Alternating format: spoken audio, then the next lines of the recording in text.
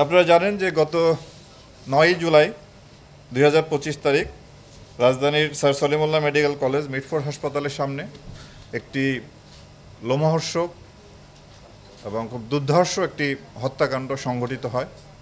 তো এই হত্যাকাণ্ডের সঙ্গে জড়িত ২ জন সদস্যকে ঢাকা মেট্রোপলিটন পুলিশ গ্রেপ্তার করে এবং তাদের কাছ থেকে একটি অস্ত্র উদ্ধার করে।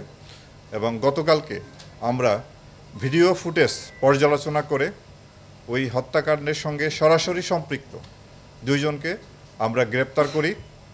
তারা হলো একজন লম্বা মনির আর একজন হলো আলমগীর।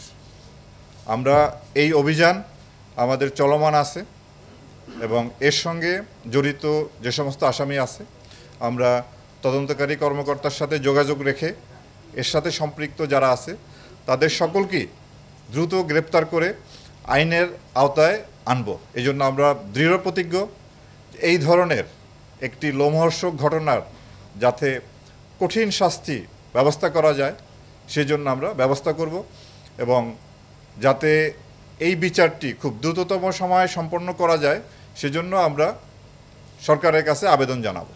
এবং এই অভিযান এখনও চলমান আছে এবং বাংলাদেশ সেনাবাহিনীও এই অভিযানের সাথে সম্পৃক্ত আছে এবং ঢাকা মেট্রোপলিটন পুলিশও তাদের অভিযান অব্যাহত রেখেছে। আমরাও আমাদের অভিযান চালিয়ে যাচ্ছি।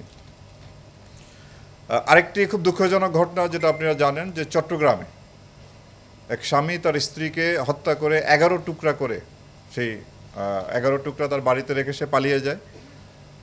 এই ঘটনাও আমরা ছায়া তদন্ত শুরু করি এবং এই ঘটনার সঙ্গে যে সম্পৃক্ত ওই স্বামী তাকে আমরা মোহাম্মদ সুমন তাকে আমরা গ্রেপ্তার করতে সক্ষম হই এবং তাকেও আইনের আওতায় আনা হয়েছে। গতকালকে আরেকটি ঘটনা ঘটে, সেটি হলো বিমানবন্দরে ঢাকা থেকে কাঠমান্ডুগামী বাংলাদেশ বিমানের একটি বিমানে বোমা আছে এরকম একটি টেলিফোন কল এয়ার ট্রাফিক কন্ট্রোলকে জানানো হয় এবং যার ফলে ওই বিমানের যাত্রা স্থগিত করা হয় এবং প্রায় 3 থেকে 4 ঘন্টা তল্লাশি চালিয়ে সেখানে কিছু পাওয়া যায়নি। এই কলটি সঠিক ছিল না। তো এই ঘটনা আমাদের যে জাতীয় এয়ারলাইন্সের এবং ওভারঅল বাংলাদেশের ভাবমূর্তি দেশে এবং আন্তর্জাতিক অঙ্গনে মারাত্মক ক্ষুণ্ণ হয় এবং ইতিপূর্বেও এই ধরনের বেশ কয়েকটি ঘটনা সংঘটিত হয়েছিল। টেলিফোনের মাধ্যমে বোমার খবর দেওয়া হয়, পরবর্তী পাওয়া যায়নি। তো এই ঘটনার পরপরই আমরা এটা অনুসন্ধানে নামি এবং সারা রাত অভিযান পরিচালনা করে এই ঘটনার সাথে সম্পৃক্ত 3 জনকে আমরা গ্রেপ্তার করতে সক্ষম হই এবং এর সঙ্গেও সেনাবাহিনী এবং অন্যান্য গোয়েন্দা সংস্থা আমাদেরকে সহায়তা করেছেন। তবে এই বিষয়টি খুব একটি দুঃখজনক ঘটনা।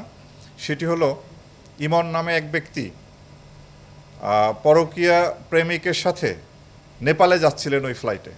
এটি ইমনের মা এবং তার স্ত্রী জানতে পারেন এবং তার যাত্রা বন্ধের জন্য তারা প্রচেষ্টা চালান, বাট কোনোভাবেই তারা সক্ষম হন না। তখন ইমনেরই আরেক বন্ধু ইমরান পরামর্শ দেয় যে যদি এয়ার ট্রাফিক কন্ট্রোলকে জানানো হয় যে এখানে বোমা আছে তাহলে হয়তো বিমানের যাত্রাটি বন্ধ হবে এবং অ্যাকর্ডিংলি ওই মা টেলিফোন করেন এবং যার ফলে এই ঘটনা সংঘটিত হয়। তো আমরা চাই আপনাদের মাধ্যমে দেশবাসীকে এই মেসেজ দিতে চাই যে এটি একটি গর্হিত কাজ, এটি আমাদের দেশের ভাবমূর্তি ক্ষুণ্ণ করে, আমাদের জাতীয় এয়ারলাইন্সের ভাবমূর্তি ক্ষুণ্ণ করে। তো কোনোভাবেই যেন এই ধরনের প্রচেষ্টা ভবিষ্যতে গ্রহণ করা না হয় এবং করলে তার জন্য কঠিন শাস্তির ব্যবস্থা করা হবে।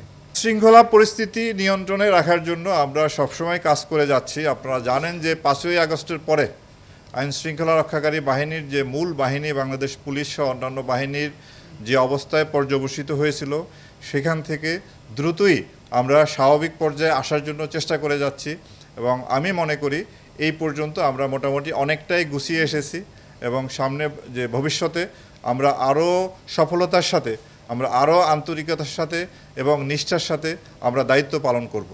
আর আইন শৃঙ্খলার আপনার অপরাধ মুক্ত কোনো সমাজ নাই, অপরাধ সংগঠিত হয়। সেই ক্ষেত্রে দেখার বিষয় যে আমরা কিভাবে রেসপন্স করছি। আপনি মব ভায়োলেন্স বলেন, চুরি বলেন, ডাকাতি বলেন, দস্যুতা, খুন, প্রত্যেকটা ঘটনাই আমরা মামলা নিচ্ছি এবং এর সাথে জড়িত তাদেরকে আমরা কিন্তু গ্রেপ্তার করছি। কাউকে কিন্তু কোনোভাবে ছাড় দেওয়া হচ্ছে না। তবে আমাদের এই প্রচেষ্টা যদি অব্যাহত থাকে আমরা আশা করি সামনে আইনশৃঙ্খলা পরিস্থিতি আরও ভালো হবে।